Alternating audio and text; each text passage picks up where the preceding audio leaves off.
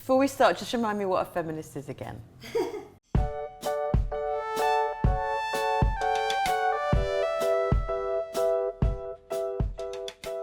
Scarlett Curtis. Yes, Emma Freud. So pleased I chose that name. It's such a good name. It's a good name. When did you start calling yourself a feminist? Interesting. I remember I definitely wasn't a feminist at school. I didn't like the word. Why? Because I think it was that thing where like I didn't think we needed feminism anymore, and I thought it was kind of cool not to be a feminist. Did you think we didn't need it because you didn't see any inequality that you thought needed addressing? Yeah, so I think I just thought it was done. Like I remember we studied the suffragettes in history, and I was like, great, good for them. Like they sorted it. You know, my mum and dad both work. My mum's more powerful, if anything, than my dad, like emotionally. Like it's, you know, I just thought it was something that was sorted. So what changed? I was really ill as a teenager, which you might know. A lot of the doctors didn't believe I was actually ill. And I think some of the way that I was treated by the doctors had a lot to do with the fact that I was a 15-year-old girl. I wasn't in school, so I started reading a lot. People like Virginia Woolf and Gloria Steinem and Audre Lorde, and starting to read a lot more articles online and just put that together. And then I kind of started applying that to my real life and what I was going through, and, you know, just things that I knew. And where did you see inequality? It's meant to be a back and forth interview. Oh, sorry. No, I think, well, that's the thing. I think, you know, I'm very privileged and very lucky, and the inequality that's around me is much less than it is in so many parts of the world. But so I think it was a combination of starting to read about issues like child marriage and FGM, but then also kind of seeing it a bit around me. You know, I think I've seen it. Yours and Dad's relationship is extremely equal, but, you know, Yura is the one that is at home and did our homework with us and cooked dinner for us, and that was always like a given. And it never even occurred to me growing up that he would do any of that. And I think those kind of things have nothing to do with you and just have all to do with the expectations that we have of women and of society. And I still haven't quite worked out how come I have more of the kids than Richard does. Did you talk about being a feminist growing up? No, it just, I mean, a little bit like you. I really appreciated the suffragettes, Yeah. and I really appreciated the women in the 60s and the fact that I could get the pill at 15, which I did. And other than that, I thought, job done. But it was different then, you know. But it wasn't. No. You just didn't talk about it. Exactly, and it felt different then, and there wasn't the worldview, and I think we were all much more myopic and didn't know. I mean, you said you were slightly awakened to it by FGM and child marriage and, you know, the sort of atrocities that happen to women overseas. And without the news information that we have now, and without social media, and without the kind of awareness that your generation have crashed into the world, it just wasn't staring you in the face. Now, no one has an excuse, but then there were excuses that you could go, oh, I know. But you must have felt it. I mean, did you never feel it in relationships or in work, or, you know, all these stories that are coming out? It's been a year now since the Me Too campaign launched, and all these stories that are coming out, not just of sexual harassment, but of the ways that women are treated in work. Did you never feel any of them? Oh, yes. I experienced that level of sexism. It never really occurred to me that it was sexism. It just was how it was. Yeah.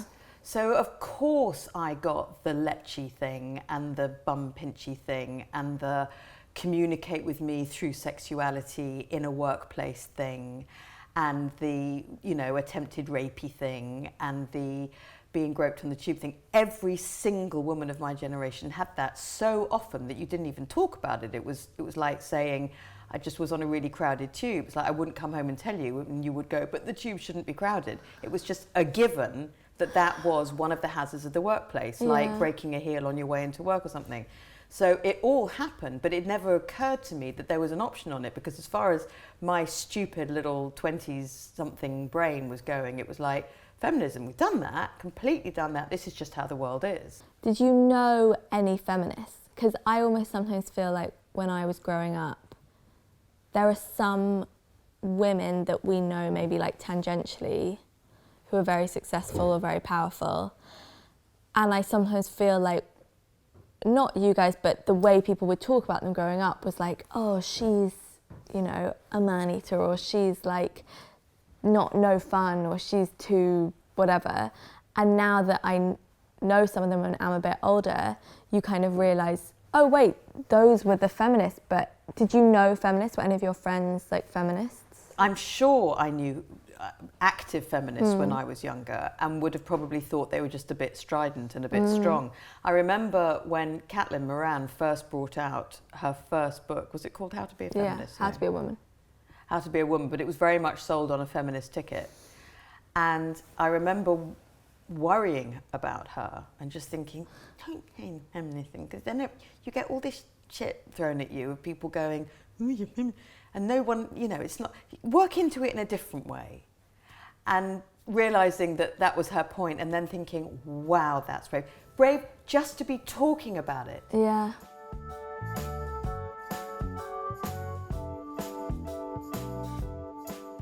Okay. I love this. I wish you could do this all day, every day. What do you think of all my activism and how involved I am in politics? Oh, what a question. Just to give a bit of background, Yes. before the Free Periods protest, for a week, all you and Dad asked was if you didn't have to come. We did. And you thought there were going to be 2 people there. Yeah. And how many people showed up? 2,000. Yeah. Yeah. Yeah, okay. Case made. I think I can die happy now. I think if I went under a bus tomorrow, I could say in the one area of making Scarlett Curtis, my job is done. No. I mean, it goes beyond pride. You know, I'd have been proud of you if you had, at this stage in your life, managed to secure a job as an intern. You have exceeded every expectation and outdone every dream that I ever had for you. Silly now. Yeah, well, you shouldn't have asked me that. You surpassed my achievements on about the second hour you began thinking about these things. I think it's also a lot easier now, you know. To be effective. Yeah, the only way I find out about anything I do is online. You know, I follow a million feminist activists on Instagram, and we do this thing in Pink Protest called airdrop activism, where if we've got a protest or a campaign, we go and get people that follow to go to really busy Starbucks. And if people have their airdrop on their phone on, you just airdrop them the poster of the thing, and then suddenly they're like scrolling through their pictures and they're like, what's Free Periods? Oh, that's clever. Yeah. What, everyone who's in the Starbucks? Yeah. Is that legal? No. But people do it with like dick pics all the time. So you might as well do it. With dick pics? Yeah, I've had dick pics airdropped to me. No, you haven't. Yeah. And then you're scrolling through your phone and you're like, ugh. And then once I got 100 pictures of someone doing yoga. And I wanted to be like, you're really great, but I don't know you. Have you dropped a dick pic to anybody else? No. Oh, good. But I've Just dropped checking. feminist pics. Okay. I think it's got to be your own dick. I don't think people just find pictures on the internet and then send them. One of my favourite things about what you've done with the Pink Protest is that,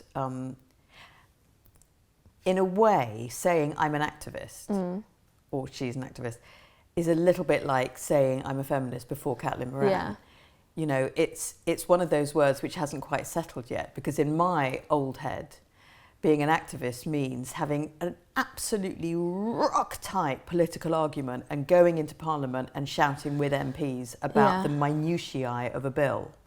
And to be that person is so many million miles away from, you know, my possibilities and most people's intellectual kind of reach. I certainly couldn't do that. And what you've done with the Pink Protest is you've made the acts of activism relevant, but so achievable and so enjoyable very often, and so sort of potent in all the right ways without being complicated in all the alienating ways. It's like really is, it's I don't know what the word is, it's accessible activism.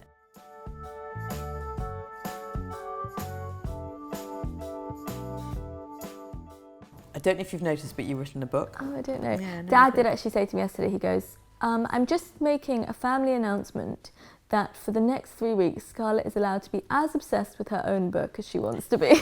That is not going to stop anyone in this house teasing you the next time you mention it, I'm afraid. No. Dream on. What do you want people to take away from the book?